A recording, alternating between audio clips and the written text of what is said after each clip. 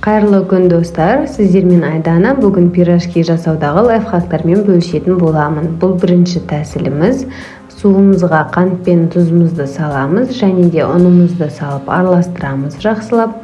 Одан соң үстінен бір қасық дрожжімізді саламыз, және жақсылап араластырып 10 минутқа көтеріп қоямыз. Бұл арқылы біздің қамырымыз тез көтерілетін болады.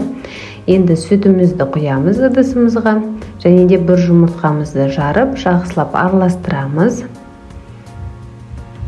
Енді үстінен ұнымызды салып, кішкене ғана қоюлатып аламыз. Одан соң үстінен апарамызды құямыз. Екеуін жақсылап араластырып, қайтадан ұнымызды салып, қамырымызды иелейміз.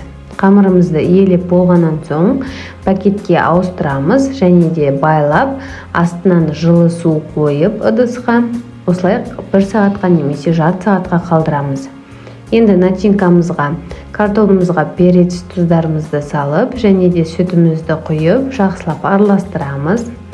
Міне біздің қамырымыз көтерілді. Менде жарты сағат қана тұрды. Соның өзінде тез көтерілді осылай. Енді пакетімізбен алып аламыз барлығын.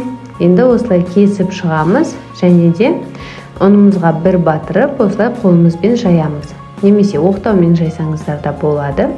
Маған осылай ыңғайлы. Енді үстінен пюремізді салып, қамырымызды түйеміз. Қалауыңызша түйсеңіз болады. Мен осылай түйіп жатырмын. Іші барлық жері жақсы піседі. Астына описанияға қалдырып кететін боламын. Қанша граммнан барлығын қосатынын кіріп қарап көріңіз.